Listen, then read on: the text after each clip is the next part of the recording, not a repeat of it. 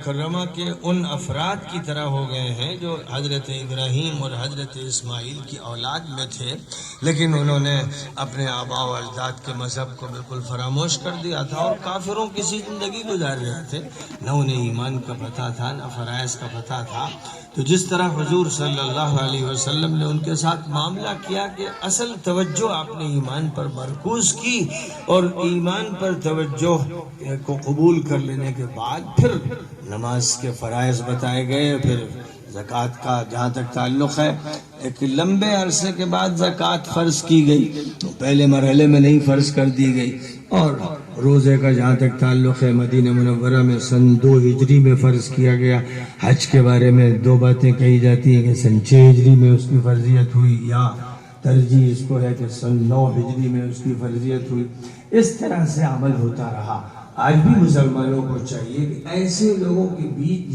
جب کام کریں تو سب سے پہلے ایمان کی بات کریں۔ ایسا نہ ہو کہ نماز کی تو ان کو تلقین کی جائے اور ان کے ایمانی صحیح سلامت نہ ہو، کیونکہ جو نماز پڑھی جائے گی یا فرائض عمل میں لائے جائیں گے، ایمان کے نہ ہوتے ہوئے یا ایمان کا صحیح فہم موجود نہیں ہوگا تو نمازیں اکارت ہو جائیں گے، وہ فریضہ قبول نہیں ہوگا۔ ایمان کے بغیر کوئی عمل قابل قبول نہیں ہوتا ہے۔ اس لیے پہلے ایمان سمجھانا ہے کہ اللہ پر ایمان کا مطلب کیا ہے،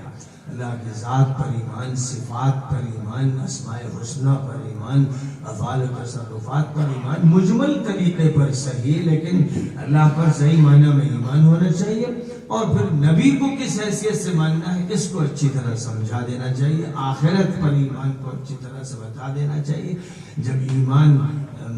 قبول کر لیا جائے اور ایمان جاگزی ہو جائے، اس کے بعد پھر فرائض قابل قبول ہوتے ہیں، اور فرائض پھر بتانے چاہیے، سمجھانے چاہیے۔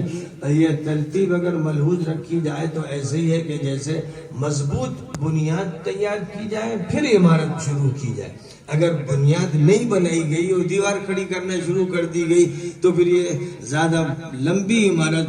اور اونچی عمارت نہیں بن سکتی ہے، اور بنائی جائے گی تو بودھی اور کمزور ہوگی، کسی وقت دھڑام سے گر جائے گی۔ اسی طرح اسلام کے بہت سے احکام بتا دیا جائے اور عمل میں لایا جائے تو ایمان کی بنیاد نہیں ہوگی تو کسی وقت یہ سارے فرائض چھٹ جائیں گے اور کوئی ادنا سا